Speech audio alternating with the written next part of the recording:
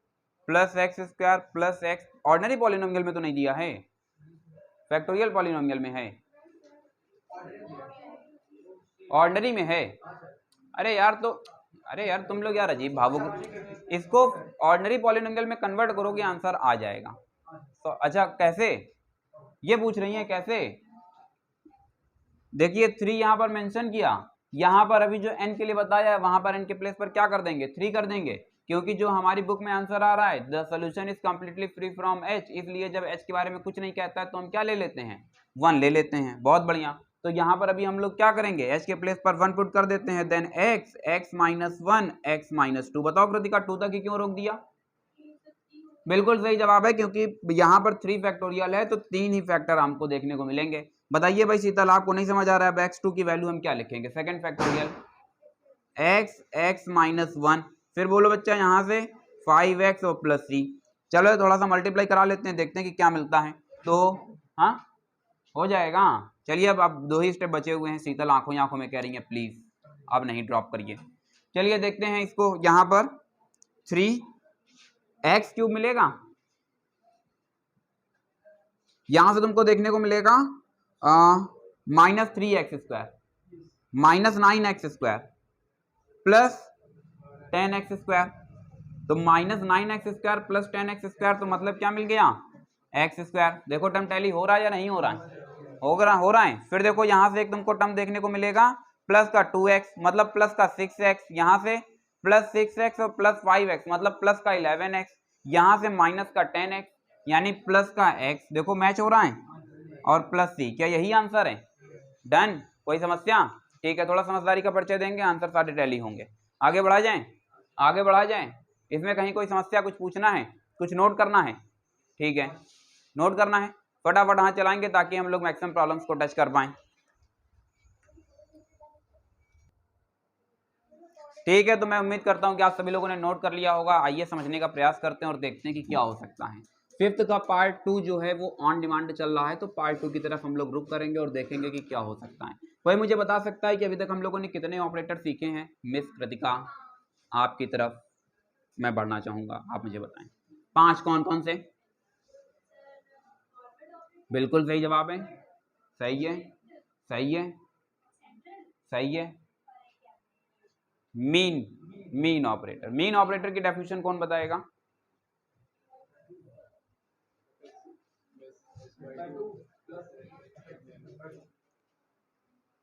Mean है तो जाहिर सी बात है होल अपॉन 2 भी होगा, मीन है तो होल अपॉन 2 भी होगा। बढ़िया जवाब प्रशांत, बहुत अच्छा, बहुत बढ़िया परफॉर्मेंस। समझने का प्रयास करते हैं।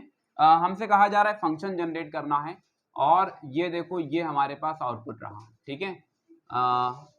कहा जा रहा है NCX, XCN कहा जा रहा है, XCN, FX पता करना है C के लिए।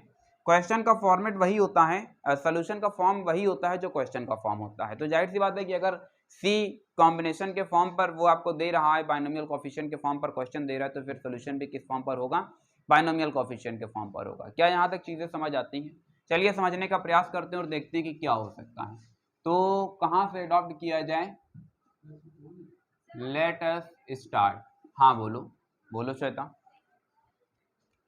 यहां से कहा जा रहा है XCN, क्या कहा गया? XCN।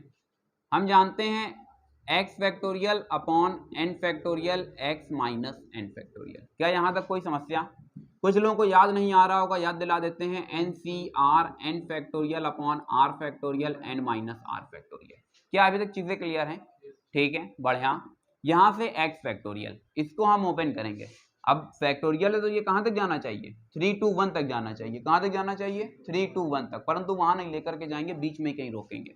हम इसको रोकना पसंद करेंगे x माइनस 1 x माइनस 2 से ले करके x माइनस n माइनस 1 और फिर x minus n, x minus n factorial. क्या मेरी बात समझ पाए? हाँ, क्या मेरी बात समझ पाए? यहां पर h की वैल्यू को 1 ले रखा है, यहां पर h की वैल्यू को 1 ले रखा है, ठीक है। यहां से whole upon n factorial x minus n। देखो यार ये इसको कैंसिल कर देगा। अभी समझ आया बीच में ही क्यों रोक दिया था? नहीं समझ आया? ठीक है बढ़िया। x माइनस वन x-2 से ले करके x-n-1 तक पहुंच चुके हैं अपॉन n फैक्टोरियल तक पहुंच चुके हैं। इस हिस्से को देखेंगे और बताएंगे कि ये क्या है। शीतल प्लीज, श्वेता प्लीज आप मुझे बताएंगे ये क्या है। ये x to the power n factorial 1 कहां पर n-1 होगा। जनता की डिमांड है कि n-1 होगा। What do you think about it mister Sandeep please. x minus n होगा, n ही होगा। यहां पर के जो ही, इन्होंने हिंदी का ही जो निपात इस्तेमाल किया है, ये फोर्सफुली कह रहा है कि यही परम सत्य है, क्योंकि अभी अभी ये एक्सप्रेशन देखो तुम्हारे सामने लिखा हुआ है। बोलो है कि नहीं है? अगर h की वैल्यू को 1 पुट कर देंगे तो क्या ये आउटपुट मिलता है या नहीं मिलता है? यार तुम लोग यार अजीब इंसान हो यार, नकल नहीं कर पाते हो यार। चलिए कोई बात नहीं, जल्दी एक स्पेशल क्लास की जाएगी नकल के लिए, उस क्लास का टाइटल ही हम यही रखेंगे। हाँ आगे बढ़ा जाएं, आगे बढ़ा जाएं। यहां से हमको fx जनरेट करना था, तो जाहिर सी बात है कि ये हमको कुछ देखने को मिलेगा। अब पहले तो ये बताओ ये आउटपुट समझ आ रहा है या नहीं आ रहा है?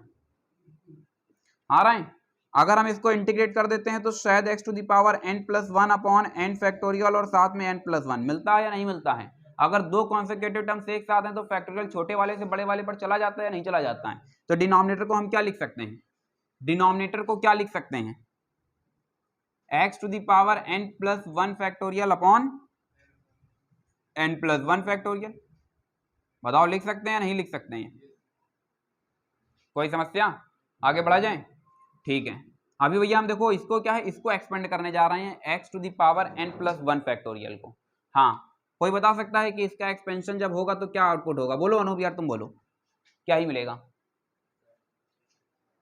x-1 और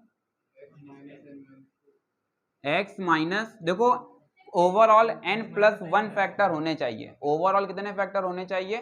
n+1।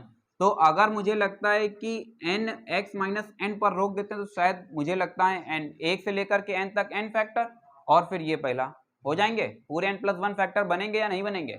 बोलो भाई शीतल, बोलते क्यों नहीं हो? नहीं समझ आ रहा है? कहां से, किस पॉइंट से नहीं समझ आया? तो इसको क्या लिख सकते हैं? अरे ठीक ठाक हो, अजीब बात है। कितने लोगों को नहीं समझ आ रहा है? सभी को समझ आ रहा है ना? ये जो एक्सप्रेशन चल रहा है इस एक्सप्रेशन को थोड़ा सा ध्यान से देखेंगे। x-1 से लेकर के x-n तक जाएंगे। ये n+1 फैक्टोरियल अपनी जगह पर रहेगा। बहुत ही चतुराई और समझदारी का परिचय देते हुए हम लोग x-n+1 और x-n+1 ये फैक्टोरियल से क्या करा? मल्टीप्लाई और डिवाइड कराया। बताइए भाई, अखंड। गलत बात तो नहीं सिखा दी? ठीक है बताओ ये पूरा एक्सप्रेशन जो है ये क्या लिखा जा सकता है? ये लिखा जा सकता है x फैक्टोरियल।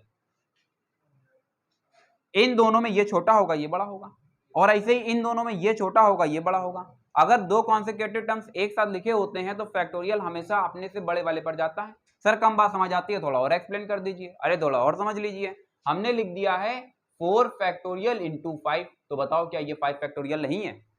तो ये यहां तक तो एक्सप्रेशन वही था, यहां पर देखो फैक्टोरियल लगा हुआ है, तो ये फैक्टोरियल अपने से पिछले टर्म्स को कंटेन करेगा या नहीं करेगा? नहीं करेगा, कर लेगा। तो ये बात यहां पर समझ आ रही है। ये x फैक्टोरियल हो गया, ये n+1 फैक्टोरियल हो गया, ये x-n+1 ये फैक्टोरियल। इसी को तो हम लोग लिखते हैं x-n+1 प्लस c यार, एक चल रहा था। जब इंटीग्रेट करोगे तो प्लस c भी देखने को मिलेगा। क्या यहां तक कोई समस्या? यही है आपका आउटपुट, यही है आपका आउटपुट। अभी भी नहीं समझ आया? आ गया बेहतर तरह से? यार हर टीचर पढ़ाता है अलग अलग तरीके से पढ़ाता है, मैं अपने हिसाब से पढ़ा रहा हूँ। अभी मतलब मैं कुछ कहना नहीं चाहता, तो अगर उनका आपको आसान लग रहा है तो आप उस मेथड को फॉलो कर लें, आई हैव नो प्रॉब्लम। ठीक है, अगर सर का आपको ज़्यादा आसान लग रहा है तो आप उनको भी फॉलो कर सकते हैं। इधर पे जो पढ़ाया है इसमें कोई दिक्कत हो तो पूछ सकते हो। आ गया? अब हम बता देते हैं उन्होंने क्या किया होगा, हम बता देते हैं। बहुत ज़्यादा इसके ट्रिक व्रिक नहीं है, उन्होंने ये वाले को पहले फैक्टोरियल पॉलिनोमियल में कन्वर्ट करके दिखाया होगा और बताया होगा कि n x c n into n factorial equals to x n factorial, उन्होंने ये बताया होगा, यही किया है ना, पता है हमें, कोई बात नहीं, ठीक है, मुझे ज़्यादा आसान लगता है, ठीक है। और बोलो, और कोई समस्या, बढ़ा जाए आगे, ठीक है। अब इसमें कौन सा नंबर डिस्कस करने के लिए कहा जा रहा है, पार्ट फिफ्थ, फिफ्थ का पार्ट फिफ्थ, ठीक है, फिफ्थ का पार्ट फिफ्थ। अब एक आउटपुट इसी में याद रखना, एक आउटपुट इसी में याद रखना बच्चा, एग्जाम्पल नंबर 9,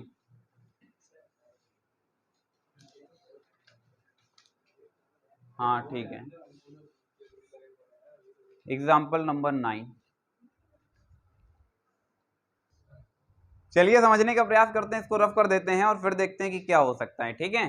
तो यहां से कितना पोर्शन रफ कर दिया जाए, पूरा पोर्शन रफ कर दिया जाए, ठीक है।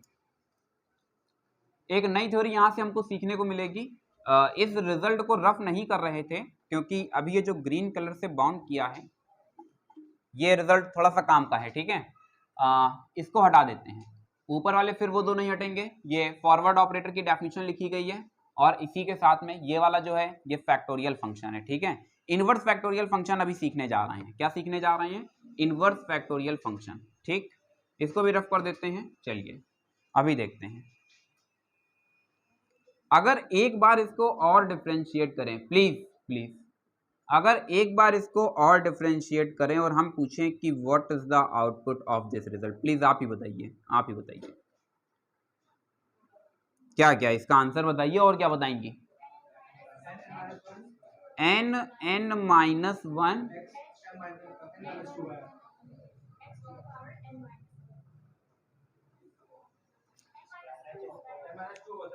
n माइनस टू होगा, अभी ठीक है यहाँ तक, ठीक है। देखो अगर यहाँ पर ये लिखा हुआ है तो मैंने कई बार कहा है इसका मतलब एक्चुअल में ये होता है, बताओ बोला है या नहीं बोला है। अगर इसकी वैल्यू हमारे पास आ चुकी है तो ये वाला देखो ऑपरेटर यहीं पर रहेगा और इसकी वैल्यू हमारे पास ये रही तो n h x to the power n minus one, ये जो फॉरवर्ड ऑपरेटर होता है एक्चुअली अपना चमत्कार x पर दिखाता है, तो n और h ये दोनों कैसी वैल्यूज हो जाएंगी, कांस्टेंट वैल्यूज हो जाएंगी, ये दोनों बाहर आएंगी या नहीं आएंगी, तो n भी आ गया h भी आ गया x to the power n हो गया, बोलो होगा या नहीं होगा। अब जरा ध्यान से समझना, जब ये ऑपरेटर अंदर जाएगा तो ध्यान से देखो, जो पावर था n वो आगे आया और एक गैप भी हमको मिला, तो जब हम इसको सॉल्व कर रहे होंगे तो जो पावर होगा वो आगे आ जाएगा, साथ में एक गैप भी आगे आएगा, नहीं समझे, माने यहां पर क्या हो जाएगा, h स्क्वायर हो जाएगा, ठीक है।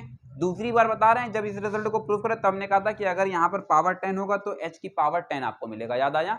अभी देखो हमने ये बात फिर बताई है क्योंकि ये बात हमारे लिए इंपॉर्टेंट है, कुछ क्वेश्चंस के आंसर हो सकता है आपके टैली नहीं हो अगर आप इसको नेग्लेक्ट करते हैं तो। अब आगे बढ़ा जाए, ठीक है, तो अभी इसकी जरूरत नहीं है, लेकिन ये जो सराउंड है इसकी जरूरत हमारे पास रहेगी, तो देखते हैं कि क्या हो सकता है। यहाँ से एक नेक्स्ट पार्ट हम डिस्कस करना चाहते हैं x to the power minus n, यानी ये कुल मिलाकर के इनवर्स फैक्टोरियल फंक्शन को हम सॉल्व करने की कोशिश कर रहे हैं, ठीक है रख लीजिए। यहाँ से देखते हैं कि क्या होगा, ये वन होल अपॉन, इसमें क्या करते हैं जहां पे लिखा होता है उसी जगह से शुरुआत करते हैं और इसमें हम क्या करते हैं जहां पर जो मतलब वैल्यू दी होती है उससे एक कदम आगे से, मतलब x plus H x plus two H से स्टार्ट हो करके ये जाएगा x प्लस एन एच तक। क्या यहाँ तक कोई समस्या, अभी भी देखो अगर हम देखें तो इसमें पावर n है तो यहाँ पर नंबर ऑफ फैक्टर्स कितने देखने को मिल रहे हैं, n देखने को मिल रहे हैं। क्या यहाँ तक कोई समस्या, क्या यहाँ तक कोई समस्या, दोनों में कंफ्यूज तो नहीं हो जाओगे। जब फैक्टोरियल फंक्शन होगा तो क्या होगा, जो लिखा होगा वहीं शुरुआत होगी और इसमें एक कदम आगे शुरुआत होगी। आगे बढ़ा जाए, अगर इसी में हम n के प्लेस पर अगर हम पुटिंग h इक्वल्स टू 1, बताए भाई संदीप क्या तुम्हें देखने को मिलेगा, 1 whole upon x plus 1 x plus 2 से ले करके x प्लस n तक, ठीक है। अब अगर हम ये नंबर ऑफ फैक्टर्स कितने हैं n, जो क्वेश्चन नंबर 5 डिस्कस करने के लिए कहा जा रहा है, अगर इसी सोल्यूशन में n इक्वल्स टू 2 रख दें तो मुझे लगता है शायद -2, बोलो भैया बनता है या नहीं बनता है, नहीं बनता है, बन जाता है, कोई दिक्कत, बोलो कहां से नहीं समझ आया, अरे यार ये बुक के अकॉर्डिंग मतलब ले रहे हैं, बुक में देखो वो जो फिफ्थ का पार्ट फिफ्थ है ना वो बना रहे हैं, तो मैंने कहा कि इसी पॉलिनोमियल में अगर हम क्या करें n/2 रख दें तो ये देखने को मिल जाएगा। इसका मतलब ये हुआ कि जो क्वेश्चन नंबर फिफ्थ का पार्ट फिफ्थ ऑन डिमांड चल रहा है, अब मुझे लगता है कि इस क्वेश्चन में कोई दम नहीं बची हुई है। क्या ही हमें जनरेट करना है इसके अंदर, फॉरवर्ड ऑपरेटर f(x)(1/x+1x+2), यहां से हमको क्या देखने को मिलता है, f(x) फॉरवर्ड ऑपरेटर, पहले फॉरवर्ड ऑपरेटर, इसको यार देखो वहां से किसमें बदला, x⁻⁻2 में, बोलो बदला या नहीं बदला, बदल गया। आगे बढ़ा जाए, यहां से देखो, यहां से देखने को मिलेगा f(x) दिस माइनस दिस, यहां से देखो क्या देखने को मिलता है, -2 + 1, अरे भाई x⁻n का इंटीग्रेशन यही तो होता है। यहां से क्या देखने को मिलेगा, -2 + 1 + c, यहां से देखो -1 अपॉन -1 + c -x⁻1 + c, यानी ये हमारा आउटपुट क्या चला जाता है, x + 1 + c, बोलो जाता है या नहीं जाता है। अरे यार अगर यहाँ पर n की वैल्यू 1 पुट कर देंगे तो क्या होगा, अगर इसी एक्सप्रेशन में n की वैल्यू 1 पुट कर देंगे तो केवल पहला ही फैक्टर तो मिलेगा, तो जब यहाँ पर -1 है तो ये नहीं आ जाएगा। आंसर आ रहा है कि नहीं आ रहा है, नहीं आ रहा है, चलिए ठीक है भाई, हम सब यशस्वी ने दे दिया है तो इसका मतलब आंसर आ रहा है। आगे बढ़ा जाए, आगे बढ़ा जाए, बहुत बढ़िया बहुत बढ़िया, बहुत सुंदर, समय समाप्त हो रहा है।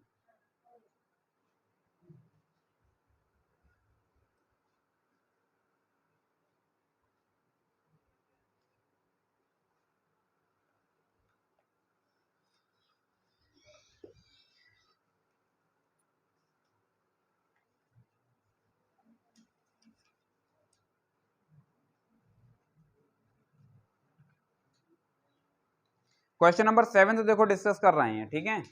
Question number 7, question number 7, question number 7 और सही है। पहले क्वेश्चन नंबर 8 देखते हैं, फिर 7 देखेंगे।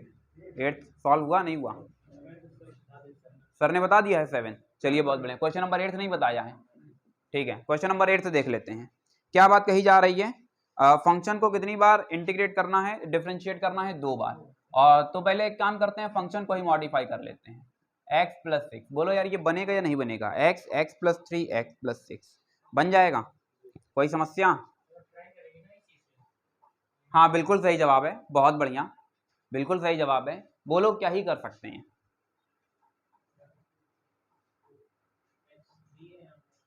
हाँ ये बात तो सही है, h की वैल्यू 3 है, नहीं बनेगा यार। अगर h की वैल्यू 3 पुट करते हैं तो हमारी जो शुरुआत होती है वो कहां से होती है। चलो देखो यहीं से देखते हैं, वी नो, हम जानते हैं, क्या जानते हैं, -n=1/x + h, x + 2h से ले करके x + nh तक। ये बात एकदम सही है कि पुटिंग h=3, इस बात में बहुत दम है। तो h की वैल्यू 3 तो मिल रही है, ध्यान से जरा समझते रहना। तो यहां से देखने को मिलता है x + 3, x + 6 से ले करके x + 3n, x + 3n, ठीक है। अब देखो हमारे पास जो नंबर ऑफ फैक्टर्स जा रहे हैं वो कितने जा रहे हैं, 3 जा रहे हैं। तो जब नंबर ऑफ फैक्टर्स डिनोमिनेटर में 3 है तो n की वैल्यू क्या लेनी चाहिए, 3 लेनी चाहिए, लेनी चाहिए कि नहीं लेनी चाहिए। तो इसका मतलब ये हुआ कि अगर हम यहाँ पर लिख दें पुटिंग n=3 तो शायद हमको देखने को मिलता है ये, तो ये देखने को मिलता है x + 3, x + 6 और x + 9। एक समस्या आ रही है, फैक्टर हमारे पास भी 3 है, फैक्टर बुक में भी 3 है, परंतु समस्या ये है कि हमारे पास x + 3 बन रहा है और इनके पास x बन रहा है, इसलिए हम लोग क्या करेंगे, बोलो भैया क्या करेंगे। बिल्कुल सही, नहीं नहीं नहीं नहीं, तुम भावुक हो रहे हो। रिप्लेसिंग x - 3 बाई x, नहीं मेरी बात समझे, x के प्लेस पर रखो सीधे क्या, x - 3, जैसे ही हमने x का रिप्लेसमेंट किससे करा दिया, x - 3 से करा तो ये बना देगा x - 3 टू द पावर -3 = यहाँ पर x - 3 आएगा तो x बच जाएगा, यहाँ पर +3 हो जाएगा, यहाँ पर +6 हो जाएगा, बोलो होगा या नहीं होगा। ये वाला देखो एक्सप्रेशन इससे टैली हो रहा है या नहीं हो रहा है, तो मतलब इस एक्सप्रेशन को हम ये लिख सकते हैं या नहीं लिख सकते हैं। अब हमसे बोल क्या रहा है कि इसको कितने टाइम से डिफरेंशिएट करना है, 2 बार डिफरेंशिएट करना है, ठीक है। तो यहाँ से यार ये वाला आउटपुट देखो हमारे काम का है, अभी बता करके आ रहे हैं कि जब 2 बार डिफरेंशिएट करते हैं तो क्या होता है, एच स्क्वायर आता है, ठीक है। एच की वैल्यू हमने यहाँ पर कितनी ले रखी है, एच की वैल्यू हमने यहाँ पर 3 ले रखी है। तो पहली बार नाउ, अब हमने क्या किया, एक्स यही ले लेते हैं सीधे -3, दिस x -3 क्या होगा, क्या होगा भैया, ये ऑपरेटर अपनी जगह पर रहेगा, ये वाला अपना चमत्कार दिखा देगा, जो पावर होगी वो आगे आ जाती है, फिर पावर से कितना कम, 1 कम, तो -4, साथ में तुमको क्या मिलता है, एक h मिलता है, कॉमन गैप हमने कितना ले रखा है यहाँ पर, ये देखो 3 ले रखा है, तो यहाँ पर कितना आएगा, 3 आ जाएगा, 3 3 जा -9, यहाँ से देखो x -3 -4, अब हमने क्या किया, यहाँ से एक बार फिर इसको डिफरेंशिएट किया, तो x की पावर कितनी जनरेट हो जाएगी, x की पावर कितनी जनरेट होगी, x -3 टू दी पावर -5, एक -4 -9 ये वाला आया, -4 ये वाला आया, और एक कॉमन गैप जनरेट होगा, वो क्या 3, 4 3 जा 12, और आप जानते हैं 12 9 जा 108, और ये चल रहा है x -3 टू दी पावर -5। अब तुम कहोगे आंसर नहीं टैली हो रहा है, हो रहा है आंसर टैली, आंसर देखो, अब जो RHS आ रहा है एक्चुअली उसने इसको ओपन कर दिया है, तो अब 3 3 ऐड करते जाओगे तो जो एक्सप्रेशन है वो देखो तुमको देखने को मिल जाएगा, पहला दूसरा तीसरा तो यही है, चौथे वाले में x +9, पांचवें वाले में x +12, देखो RHS मिल रहा है या नहीं मिल रहा है, ठीक है। तो इसका मतलब जो पढ़ाया जा रहा है वो सही पढ़ाया जा रहा है। अभी तुमको क्या करना है कि जितने भी क्वेश्चंस हैं, जैसे कि क्वेश्चन नंबर 7 हो सकता है तुम्हारा आंसर नहीं टैली होगा, तो बुक का सोल्यूशन नहीं देखना, बुक में एक हिंट दे रखा है, बुक का सोल्यूशन नहीं देखना, बस ये याद रखना कि अगर तुम 4 बार डिफरेंशिएट करोगे तो क्या होगा, 4 बार तुमको h लेना पड़ेगा, यानी h की पावर 4 अडॉप्ट करना पड़ेगा, ठीक है। इंटीग्रेट करते हैं, सेम प्रक्रिया सेम प्रोसीजर, ठीक है। तो फिर अभी क्या करना है कि यहां तक अडॉप्ट करना है। क्वेश्चन नंबर जो 10th है, क्वेश्चन नंबर 10th में भी तुम्हारे आंसर हो सकता है शायद टैली नहीं होंगे, तो मैं फिर से थोड़ा सा करेक्शन करवा रहा हूं, अगर न्यू बुक्स में करेक्शन है तो कोई दिक्कत वाली बात नहीं है, और अगर नहीं है तो करेक्शन कर लेंगे। जो 10th का जो पार्ट 1 है वो है x + 1 mth फैक्टोरियल, ठीक, upon m factorial equals to x m factorial upon m factorial plus, अब आपकी बुक में दिया गया x + 1 to the power m, हाँ तो फिर सही है, तो फिर सही है, देखिए मेरे पास जो बुक है इसमें एक्चुअली x + 1 है, ठीक है, तो फिर आंसर नहीं टैली होगा, x की पावर m अगर है तो फिर आपका आंसर टैली हो जाएगा, x की पावर m -1, ठीक है। और सेकंड वाले में जो इसी का पार्ट 2 है, x की power m -1 factorial minus m plus, हाँ तो प्लस है तो फिर एकदम करेक्शन हो करके ये बुक आप तक पहुंच रही है, सही है, ठीक है। अभी क्या करना है, यहाँ तक प्रॉब्लम्स अटेम्प्ट लेना है, आसानी से आंसर आएंगे, ठीक है। तो फिलहाल आज की क्लास को यहीं पर रोकते हैं, मिलते हैं फिर किसी नेक्स्ट वीडियो में। Thank you so much to all of you and may God bless you all.